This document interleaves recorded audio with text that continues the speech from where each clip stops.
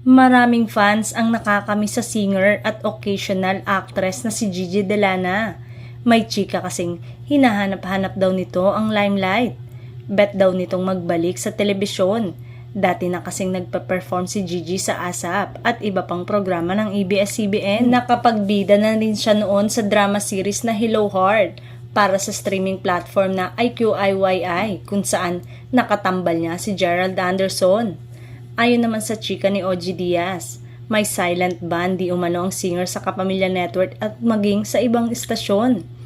May kinalaman daw ito sa di umano'y breach of contract ni Gigi kung saan may mga racket umano itong hindi ipinaalam sa Star Magic na ikinaimbudo ng nasabing talent management arm ng ABS-CBN.